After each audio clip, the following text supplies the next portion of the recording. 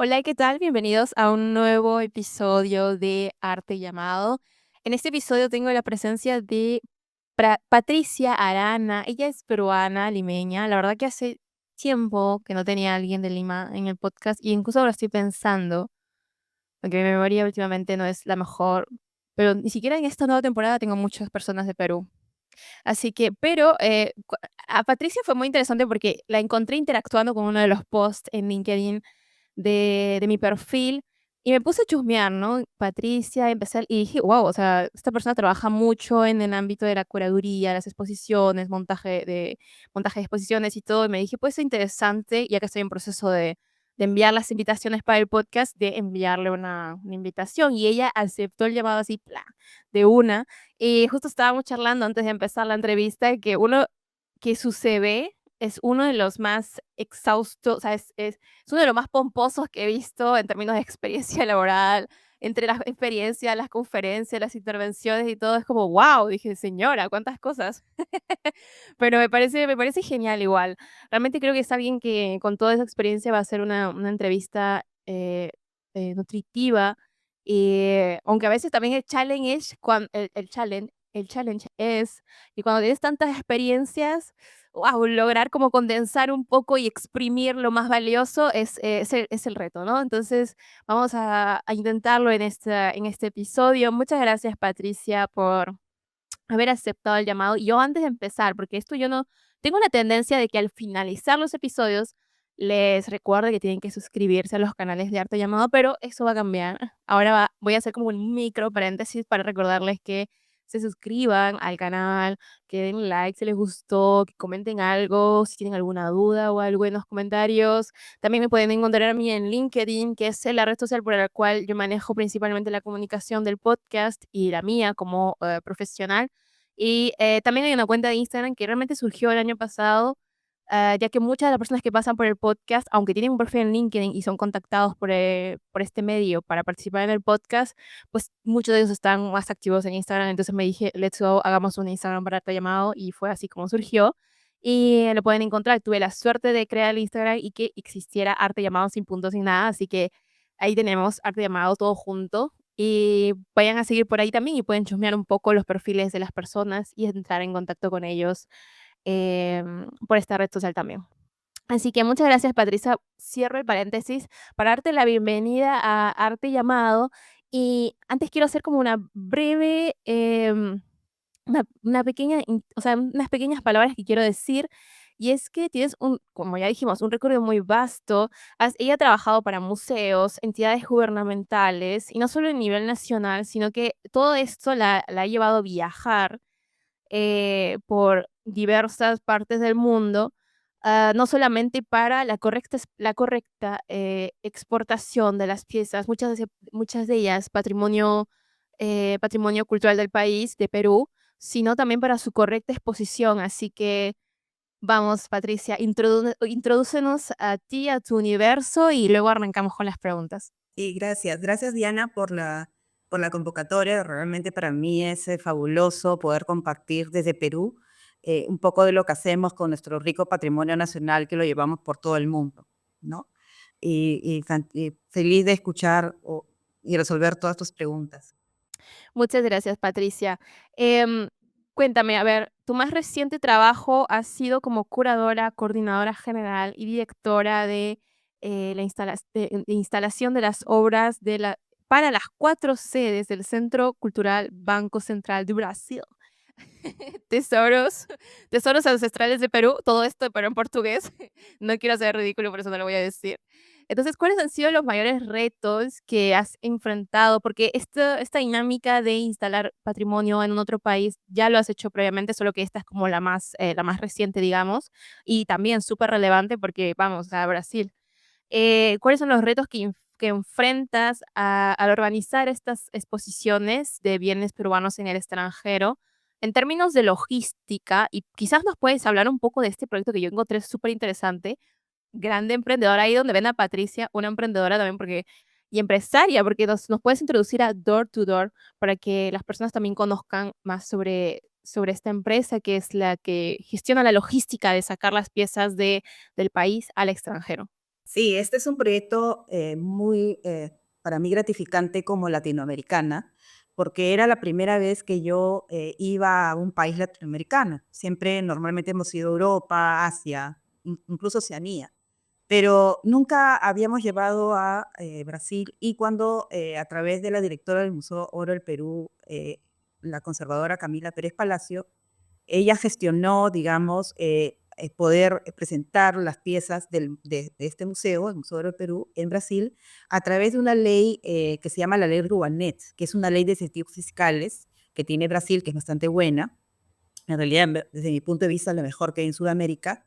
Y en base en ese contexto de esa ley es que se formuló el proyecto y fuimos y ganamos el proyecto para poder presentar en 4 sedes del Banco Central do Brasil, del Centro Cultural del Banco do Brasil, ¿no? Gestionar y producir una exposición realmente es bastante complejo. Tuvimos un equipo brasileño de primera, ¿no? Y por nuestro lado teníamos un equipo peruano en la que le habla, es la que hacía la curaduría y todas las coordinaciones. Y la museografía estuvo a cargo del arquitecto Miguel Ángel Vidal, que es un arquitecto museógrafo peruano bastante reconocido en nuestro país, ¿no? Entonces, junto con la directora del Museo de Oro, que es conservadora, el arquitecto, museógrafo y yo, fuimos el equipo peruano que trabajamos junto de la mano con el equipo brasileño para sacar adelante esta exposición, ¿no? Que, como comenté, estuvo en 4 sedes. En realidad, el trabajo es bastante complejo e intenso porque para cada exposición uno tiene primero que conocer a qué ciudades va, a qué país va, porque cada país tiene su propia forma de ver el arte, ¿no? Y de ver la cultura peruana. O sea, cómo yo como arqueóloga puedo transmitir y puedo decirles todo el desarrollo tecnológico, cultural que ha habido en mi país, ¿no? Eso es la parte de la curaduría, ¿no? Hacerlo de una forma tal de que cualquier persona de cualquier continente pueda poder entenderlo, ¿no? En el caso del arquitecto es que todo lo que yo estoy escribiendo, él lo pueda plasmar a través de un diseño museográfico, ¿no? Em, Eso por un lado. El otro lado es la parte logística, ¿no? Que es lo que creo que en teatro le dicen tras bambalinas, ¿no? Que no se ve, ¿no? Que es todos los trámites que hay que hacer en el Perú, porque para poder sacar Patrimonio Nacional de Perú se necesita tramitar ante el Ministerio de Cultura el permiso correspondiente, ¿no? Felizmente el Ministerio de Cultura peruano trabaja bastante bien y pudimos tener rápidamente el permiso. Pero por otro lado, en la parte logística, que justamente lo vimos con Door to Door Transport y todo el equipo, porque es igual que nosotros cuando nos vamos a un viaje fuera del país, ¿no? Nosotros preparamos nuestra maleta, nos fijamos qué tipo de clima hay para saber llevar la ropa, procuramos ir en el vuelo de la forma más confortable posible, ¿no? Ya. Con las piezas pasa exactamente lo mismo. Hay que prepararle cajas especiales, cada caja tiene que tener un espacio adecuado, hay que considerar todas las condiciones de seguridad y todos estos, digamos, diseños de cada una de las cajas se preparan en Door Transport con todo el equipo que está volcado a un proyecto de ese tipo. Es un equipo más o menos unas 7, 8 personas, ¿no? Entre diseñadores de cajas, gente que sabe de todo lo que es el comercio exterior, ¿no? La gente de aduanas, etcétera, ¿no? Y asimismo, en Brasil tenemos un otro equipo, que es nuestro partner, que en este caso fue la compañía Millennium, con la que coordinamos absolutamente todo, ¿no? Y las piezas peruanas, por normativa peruana, siempre viajan con un representante, un courier. En Perú se llama comisario, ¿no? Que viaja permanentemente con las cajas. Entonces es una coordinación bastante fina, ¿no? Que se trabaja en paralelo la curaduría, la museografía y toda la parte que involucra la museografía, y en paralelo se va trabajando toda la parte del transporte, ¿no? Son elementos fundamentales, ¿no? Porque obviamente las piezas tienen que llegar como salen, ¿no? Entonces, es un trabajo muy, muy intenso, ¿no? De mucha coordinación, de respetar mucho los plazos, ¿no? Para que todo llegue a bien y, bueno, venga el momento feliz que sería la inauguración, ¿no?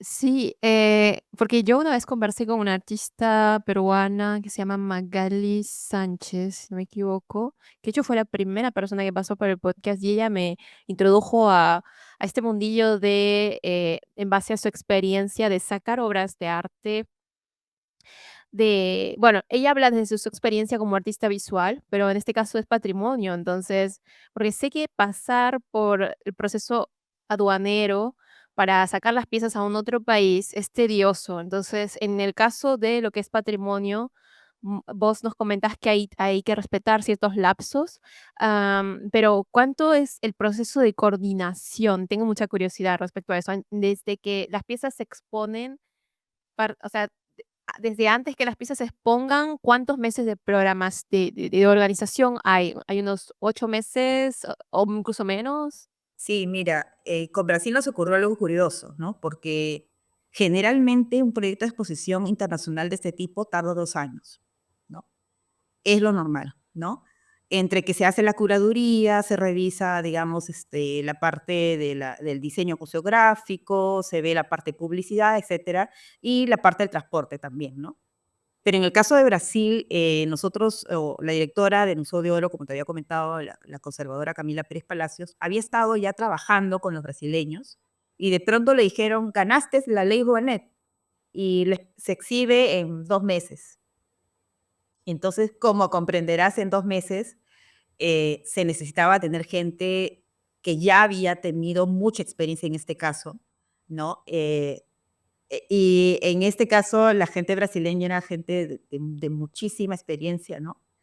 Y el caso de Perú se convocó al arquitecto Vidal, porque, digamos, él es uno de los museógrafos, arquitectos museógrafos, digamos, con mayor experiencia que hay en el Perú, ¿no? Él hace museografía, él es el jefe del área de museografía del Museo Nacional de Arqueología, Antropología y Historia del Perú desde el año 90. Entonces, imagínate, desde el año 90, 1990, haciendo exposiciones sin parar, es una persona que tiene una vastísima experiencia. Entonces, se necesitaba tener a las personas, digamos, con mucha experiencia para saber qué hacer, ¿no?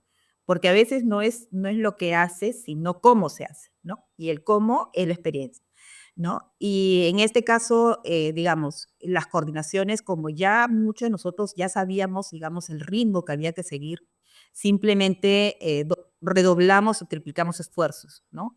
Para poder sacar adelante la exposición, ¿no? Porque en realidad es todo un proceso que se sigue, ¿no? Para poder llevar a cabo esta exposición. Claro, 2 meses. Wow, tiempo récord. Palma. Nacho, aquí tienes que poner palma al Solana al video, porque me dice 2 años, luego me dice 2 meses, y yo me dije: "Bueno, seguro tardaron 1 año, ¿no? 1 año menos de lo estimado", pero no, 2 meses, qué locura. Cerramos las palmas aquí. Am, y esta empresa Door to Door, háblanos, haz tu cherry aquí, porque realmente es muy interesante este servicio que propones, y además si es alguien como vos que está a la cabeza, con mucha experiencia, o sea, háblanos sobre Door to Door. Sí, Door to Door es una empresa peruana, ¿no? Que tenemos 3 líneas de trabajo, ¿no? Tenemos el área de mudanza, el área de logística y en mi caso yo dirijo el área de arte, ¿no? En algunos trabajos importantes nos hemos juntado a las 3 áreas, o sea, como comprenderás que cuando son, digamos, cosas demasiado megas, trabajamos los 3 en conjunto, ¿no? Pero igual somos unidos, pero al mismo tiempo independientes, ¿no?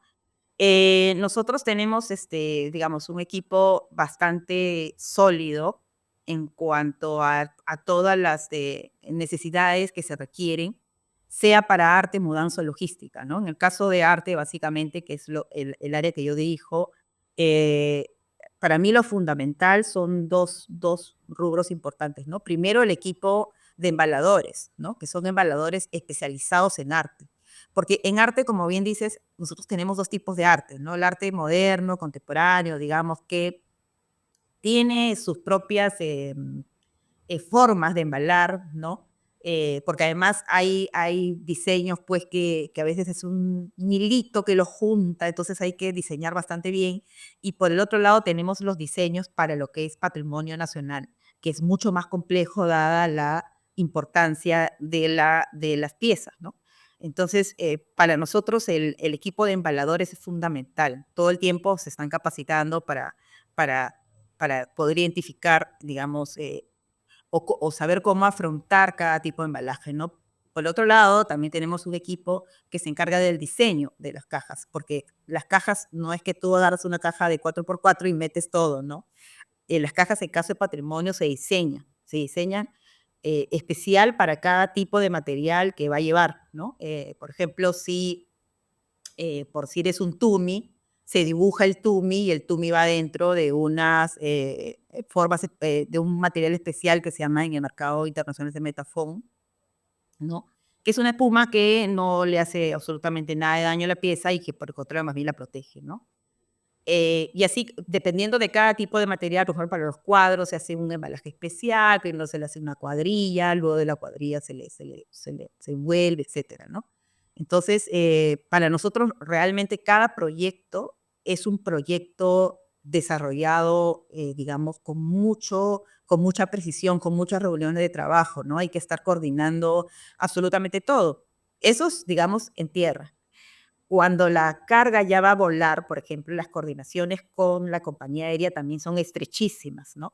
Porque, como te decía, las piezas viajan como nosotros. Entonces, igual en la carga, tú tienes, digamos, diferentes tipos de cargas. Puede ser carga general, que sería como una económica, tienes carga priority, que puede ser como un business, y tienes carga valorada, que es como un first class.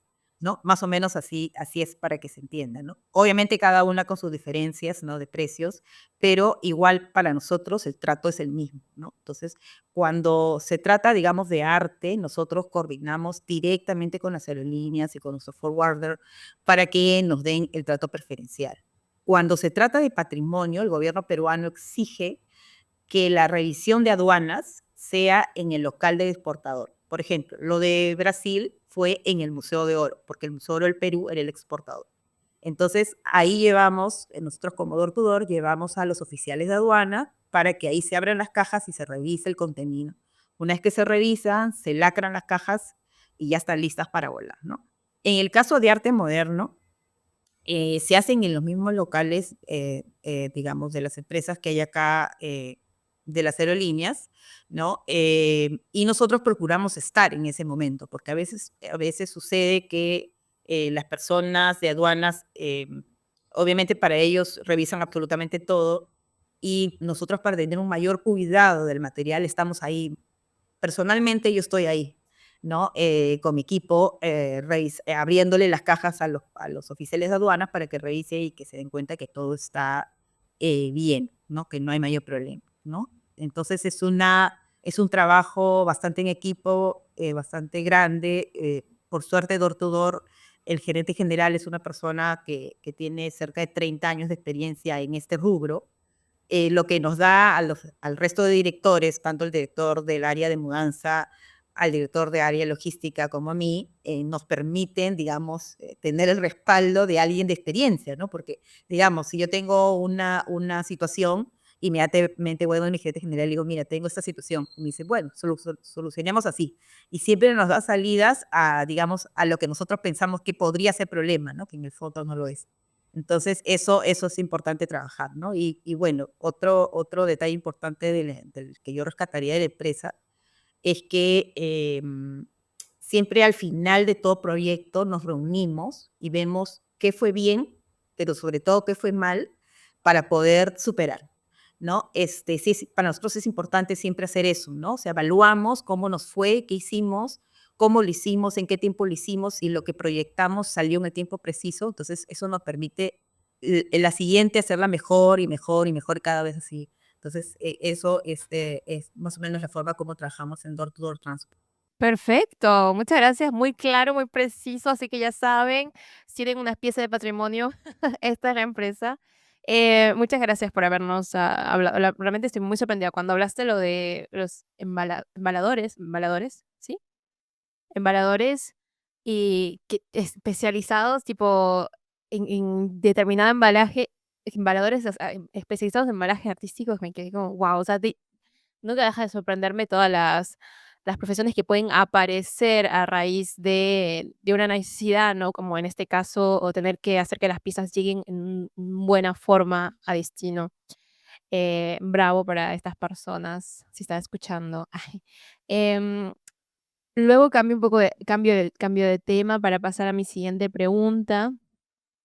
Vos que estás trabajando con las piezas de patrimonio, ¿Cómo encuentras? Porque esta es una gran problemática también que descubrí a raíz de hacer la entrevista al director del Museo McClown en Knoxville, Claudio Gómez, que de hecho es chileno.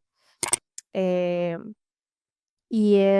y él como tiene una postura muy clara en que hay determinadas piezas que no se tienen que exponer, por ejemplo, cuerpos, o sea, cuerpos ancestrales, estilo momias y todo esto. Entonces, vos como en tu experiencia encuentras el equilibrio entre la conservación de piezas históricas y la necesidad de hacerlas accesibles al público, porque si bien es cierto, a veces esa necesidad de hacerlas públicas hace que no perduren en el tiempo o no perduren lo que deseáramos. No sé si esto ha sido si has sido, partícipe de este tipo de problemática al momento de encarar un proyecto. Sí, de hecho, comparto con el panelista anterior, lo mismo, ¿no? O sea, desde mi perspectiva, por ejemplo, como curadora, a mí me puede gustar muchísimo una pieza y puede complementar perfectamente mi guión, pero si el conservador me dice no va, pues no va, ¿no? No podemos permitir que una pieza sufra, porque de hecho es un viaje, ¿no? Entonces, como te decía, si bien es cierto, las comparaciones no son buenas, pero es como nosotros. Si tú viajas resfriado a Europa, por ejemplo, que ahorita está haciendo frío, vas a llegar fatal. Y en las piezas es exactamente lo mismo. No podemos llevar una pieza en un inadecuado estado de conservación para que pues la gente lo vea, etcétera. Porque ahora existen recursos mediante el cual podemos nosotros mostrar de otra forma la misma pieza, ¿no? Entonces, sí coincido plenamente, ¿no? En que se tiene que escuchar a los conservadores. La opinión de los conservadores es fundamental para saber si la pieza está preparada y está adecuada para viajar. En el caso de cuerpos, también coincido plenamente en que debe haber un respeto por la exhibición de los cuerpos. Aquí en Perú, por ejemplo, hay un trabajo bastante interesante en el Museo CAU, que está en el norte del Perú, que justamente este museo está hecho por una hallazgo arqueológico de una sacerdotisa de la época Moche. eh, y obviamente ahí digamos, la estrella, comillas, es el cuerpo, pero lo que han hecho es presentarla a través de un espejo. Entonces se ve tan sutil y tan bien presentado, ¿no? Que no es, o sea, es que ves el cuerpo y no lo ves el cuerpo, porque además le han puesto como una suerte de tul, ¿no? Entonces da la impresión que es alguien que está durmiendo, ¿no? Entonces, a mí, por ejemplo, esa me parece sí, me parece una buena propuesta, ¿no? Lo que han hecho los museógrafos en CAU, ¿no? Entonces, si hubiera una necesidad, yo creo que podría ser así, pero en la medida en que uno puede evitar, por ejemplo, exponer cuerpos, por ejemplo, y particularmente en mis curadurías nunca he exhibido cuerpos y no lo haría tampoco, ¿no? Buscaría otros recursos si es que hay alguna necesidad imperiosa, ¿no? Pero usaría otro recurso museográfico. Claro, muchas gracias por comentarnos esto. Em, ¿Cómo? Otra cosa, otro aspecto que tengo mucha curiosidad es, las estrategias las estrategias de negociación que manejas, porque claro, vos estás en constante antes de llegar a la parte de o coordinar las exposiciones, que ya todas las piezas están surplus, o sea, en el lugar como tal, en el donde tienen que ser expuestas, y lo que queda es más organizar, em la exposición, digamos, pero previamente hay todo un trabajo de constante negociación, quizá. O sea, ¿vos cómo te manejas en eso? ¿Cómo has ido desarrollando tus skills eh, para hacer respetar lo que tú crees conveniente tenga que hacerse respetar? Porque creo que en todo sector, en realidad, pero bueno, en Arte Llamado nos enfocamos en el sector cultural, ¿no? La parte de la negociación es todo un tema y realmente, coméntanos un poco cómo manejas esto, las negociaciones con la parte de la logística o incluso las negociaciones que tienes que manejar con las instituciones y en tu caso, por ejemplo, son instituciones de diferentes países. Entonces, ¿cómo ha sido esto? Porque vos me hablas que han estado en Europa, en Oceanía, en Asia. Entonces, hay una barrera ahí también del lenguaje. ¿Y cómo has encarado estos retos? Bueno, en cuanto al lenguaje, es básicamente el inglés. Es el inglés, y las negociaciones en realidad son negociaciones en equipo, ¿no? En este caso, yo he participado en exposiciones solamente del Museo Oro del Perú y también exposiciones donde se han involucrado muchos más museos. Por ejemplo, estuve coordinando una exposición en Canadá, por ejemplo, que fueron cerca de 300 piezas y cerca de 26 expositores peruanos, o sea, 26 museos y coleccionistas peruanos, que en realidad fue una locura tremenda. Y el nivel de coordinación es preciso, o sea, yo prefiero usar esta tabla de Jens, ¿no? Que te permite, digamos, evaluar cómo vas avanzando en cuanto a las negociaciones, ¿no? Y acá, en lo que es patrimonio, por ejemplo, hay un tema interesante porque aquí las piezas para los préstamos se requiere que sean eh, se requiere un permiso ministerial, ¿no? Pero al mismo tiempo, si son piezas del Estado peruano, se tiene que hacer una donación, ¿no? Por cada museo, y si son museos privados hay que alquilar las piezas, ¿no? Entonces, ahí es donde viene la negociación, ¿no? En saber eh, cuánto tiempo requiero para poder negociar eso, ¿no? Y por otro lado, en cuanto a lo que es la logística del transporte, digamos, eso sí es un poco más eh, sencillo, entre comillas, ¿no? Porque en realidad no es sencillo, en el sentido que en Door to Door, por ejemplo, hay tanta experiencia por parte del equipo que ellos, digamos, un presupuesto de una exposición, digamos así, tan intensa como la que estuvo en Brasil, por ejemplo, me la puedo entender en 3 o 4 días, ¿no? Tanto el ida como el retorno, ¿no? Porque en la ida tú tienes que considerar los servicios en el Perú, que es el embalaje, hacer las cajas, el flete aéreo, el trámite aduanal, la escolta, porque hay que ir con escolta armada, la notaria, los traslados de las aduanas, del traslado del representante del Ministerio de Cultura, que es el CURI, etcétera, es un montón de detalles, ¿no? Y en el retorno es al revés, ¿no?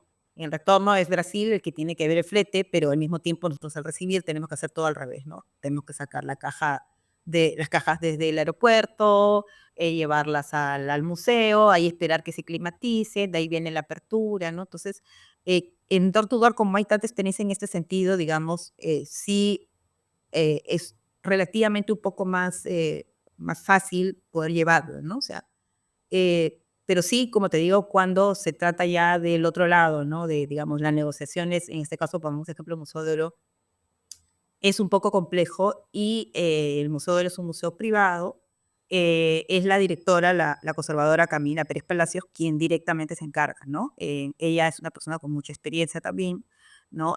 Viene de una familia, además, de mucha experiencia en exposiciones. Es el museo privado que inicia las exposiciones en el Perú a nivel de museos privados desde el año 68, 1968, en el Petit Palace en Francia, que fue la primera exposición que hicieron, y de ahí no pararon. O sea, ellos han tenido exposiciones, o tienen exposiciones 4, 5, 6 exposiciones al año, todos los años de 1968.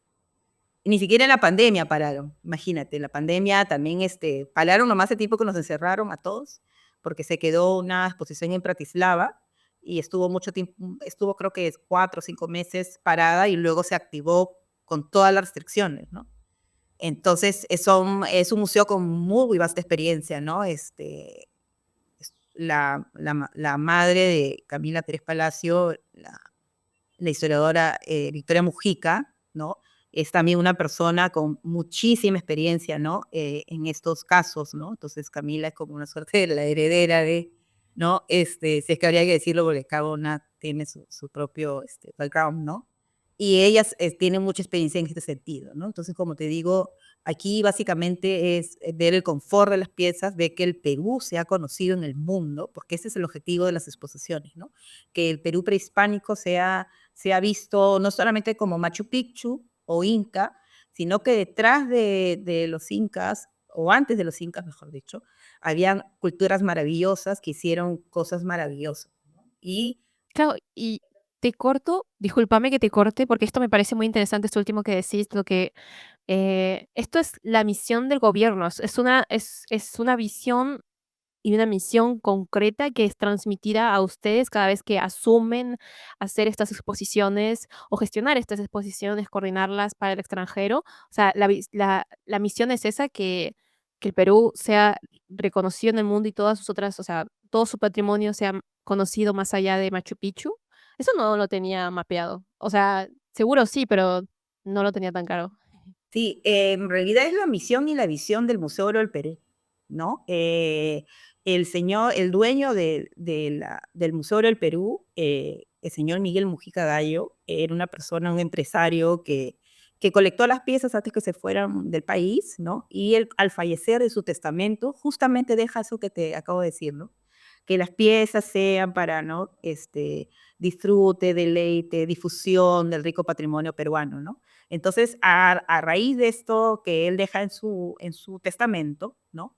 Sus hijos son los que, bueno, el señor antes de fallecer creó una fundación, que es la Fundación Miguel Mujica Gallo, que tiene 2 museos sobre Perú, armas del mundo, y sus hijos, básicamente Victoria Mujica, empieza toda esta vorágine, digamos, de exposiciones sin parar del año 68, ¿no? Como te digo, 4 o 5 exposiciones al año son los que ellos realizan, ¿no? Y en ese contexto, Camila Pérez Palacio, la actual directora, crece, digamos, viendo toda esta llevada del patrimonio nacional, como te digo, para hacer conocer el patrimonio peruano, ¿no? Y de otra forma también para que al estar nuestras piezas en otros países, los invite a venir al país, ¿no? Nos invita a venir no solamente a Cusco, Machu Picchu, sino a la zona norte, por ejemplo, que tiene los museos maravillosos, con unas piezas arqueológicas maravillosas.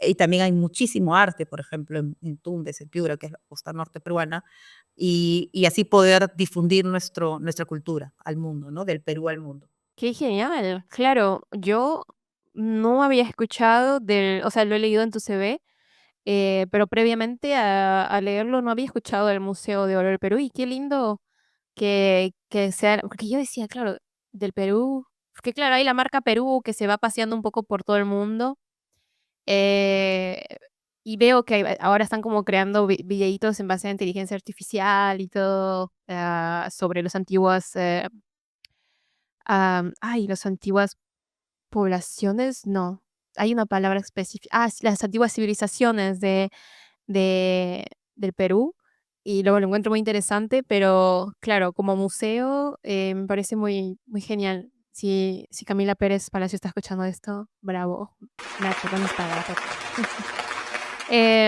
No, muy muy genial, muchas gracias por habernos compartido eso.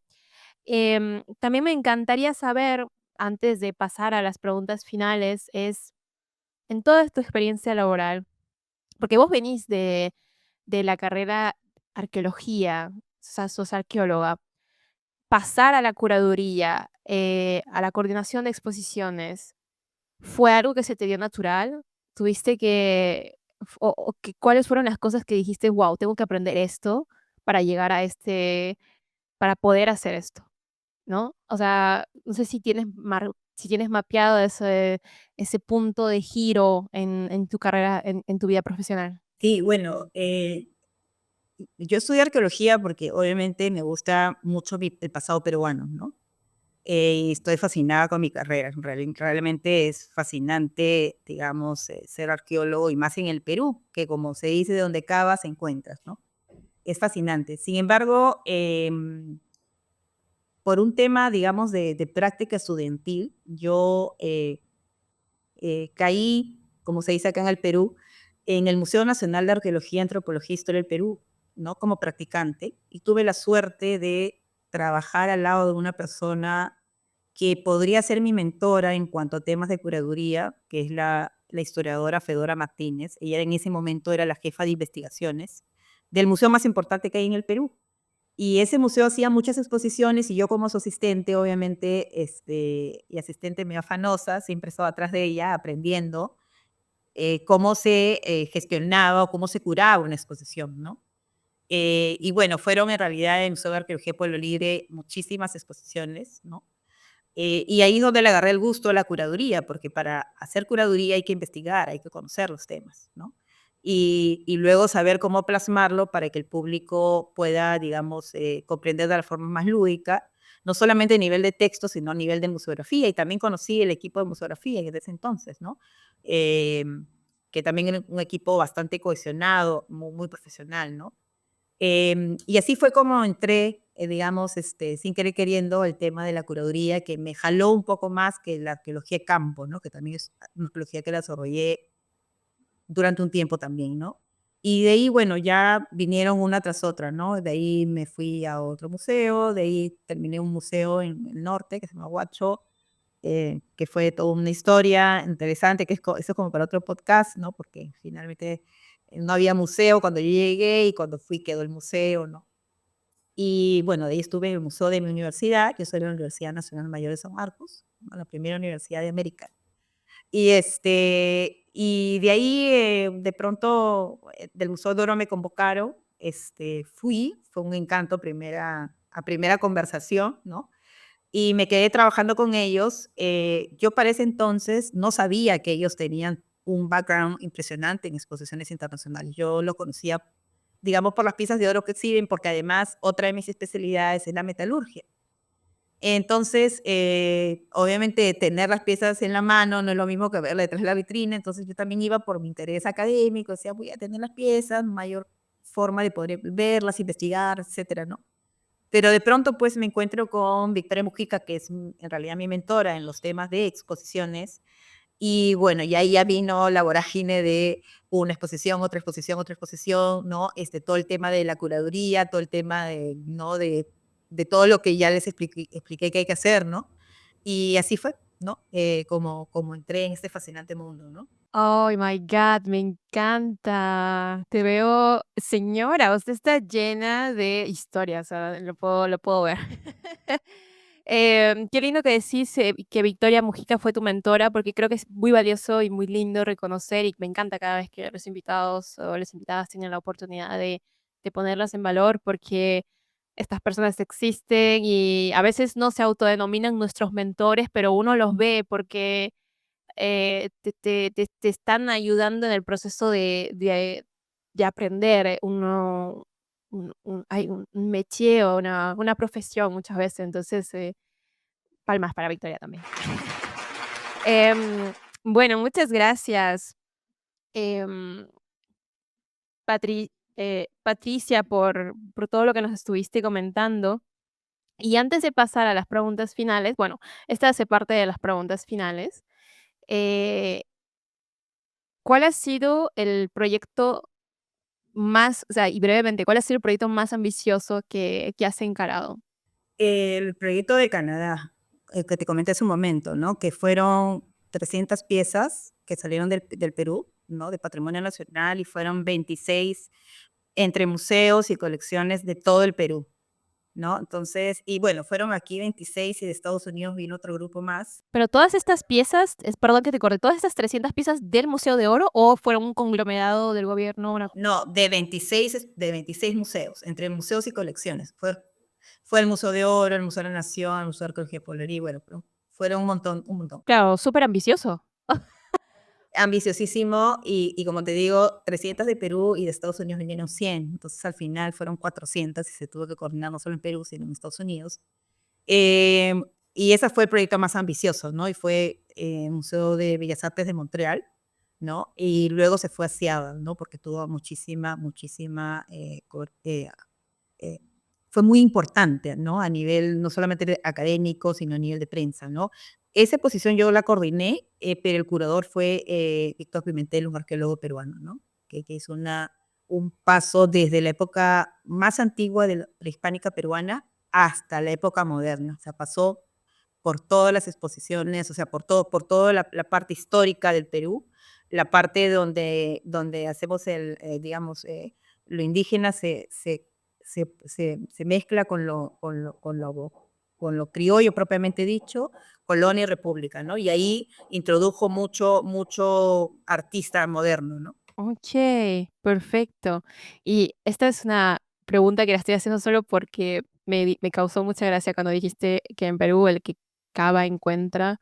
¿Vos cavaste y encontraste algo alguna vez? Sí, sí. Cuando hacía arqueología de campo, ¿no? Cuando hacía arqueología de campo, sí. Ahora sí vamos a pasar a las preguntas finales. Me encantaría que me digas cuál ha sido el peor consejo que te han dado en el proceso de dedicarte a lo que te gusta. No se puede hacer. Ese es el peor consejo que me han dado. No se puede hacer, o sea, las cosas fatales. No, eso no, eso no. Y al final no es que es no, sino que hay que darle la vuelta y sí se puede. Ese sí es el peor consejo. ¿Y cuál ha sido el mejor consejo que te han dado? ¿El más reciente o el que te ha marcado? Sí, bueno, en realidad los consejos, nuevamente, como se dice cuando publicas citas, ¿no? Cito a Victoria Mujica. Y siempre ella me daba, digamos, las pautas antes de empezar cualquier proyecto. El primero es, siempre fíjate las normas, que todo vaya alineado con el Ministerio de Cultura. Segundo, fíjate que todo lo que sea a nivel de conservación tenga la aprobación del conservador. Si el conservador dice que va, va, ¿no? Tercero, verifica tu agenda, verifica tu cronograma, ¿no? Que todo vaya de acuerdo a un esquema que tú tienes. En tu cronograma nunca olvides poner un tiempo de sobra por si hay algún incidente antes, ¿no?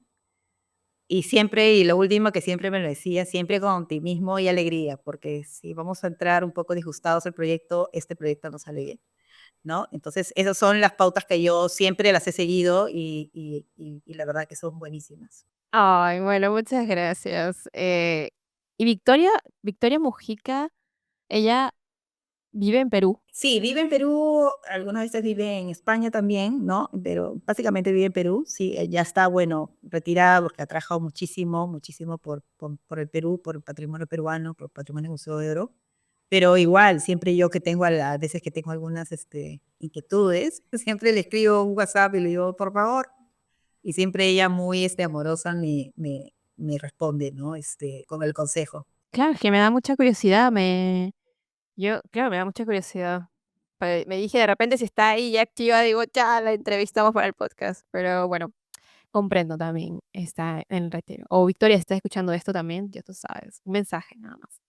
Bueno, muchas gracias, Patricia. Realmente ha sido tenía un poco de miedo, sinceramente, que toda esta experiencia que no se pueda condensar, pero la tienes re clara, o sea, tienes re claro todo lo que has estado haciendo, muy claro los procesos, y siento que ha sido una entrevista de mucho valor agregado para alguien que esté interesado en adentrarse o en conocer simplemente sobre este mundo, ¿no? Porque eso es lo que busco mucho con las entrevistas que los oyentes o las personas que ven, los espectadores que ven estas entrevistas a través de YouTube puedan introducirse, como envolverse y descubrir las profesiones, las diversas profesiones que existen, que se pueden dar en el sector cultural y además que a veces uno puede empezar en un punto, pero luego terminar en un otro, como fue el caso tuyo, empezaste en arqueología, luego pasaste y por cuestiones de la vida, pues te viste del mundo de la curaduría, de las exposiciones y al final fue algo que terminó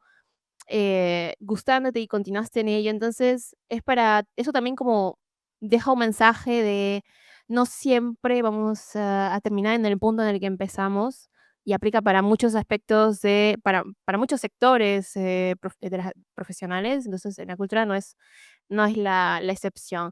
Así que muchas gracias, Patricia. Reitero a todos ustedes a que se puedan suscribir, a que puedan seguir el contenido de Arte Llamado a través de YouTube, de las diversas plataformas de Spotify, y puedan dejar un aviso o si quieren participar en el podcast, pues me encuentran en LinkedIn lista para atender sus dudas y darles la bienvenida a esta linda comunidad que se arma en un año de podcast, se arma una linda comunidad de profesionales que se van siguiendo cada vez que sale un episodio, se van viendo que, este profesional, pues interesante, se acompañan y se crea una linda comunidad allí del sector cultural hispanoamericano, que es lo que es uno de los propósitos que tiene este podcast.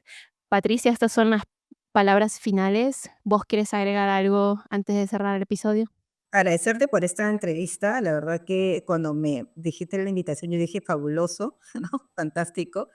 Agradecerte en realidad porque es importante difundir un poco lo que sucede, como te decía, tras bambalinas, ¿no? Porque a veces no solamente los museos que están involucrados en patrimonio, sino los artistas, a veces no saben cómo llevar sus piezas, ¿no? Piensan que ponerlo en una de estas empresas, digamos, masivas y ya, pero llegan sus piezas rotas, no llegan a tiempo, no saben que hay que pagar impuestos, ¿no? Entonces, es importante conocer eso, digamos, y en el Perú, pues, hay empresas muy buenas, como la que yo trabajo, que es Tour Transport, hay otras empresas también que también todas son buenas, ¿no? Y nada, feliz de cooperar y conversar contigo, conversar con quien quiera conversar conmigo, yo feliz, ¿no? Ahí tienen mis correos, si quieres tú dáselos, no hay problema, y yo feliz. Muchas gracias. Saben, Door to Door van a encontrar el link, todas estas cosas, toda información de Patricia la van a encontrar en la descripción para que puedan chusmear un poco más sobre esta empresa. Y muchas gracias, Patricia, por haber estado aquí. Nos vemos en un siguiente episodio. Chao.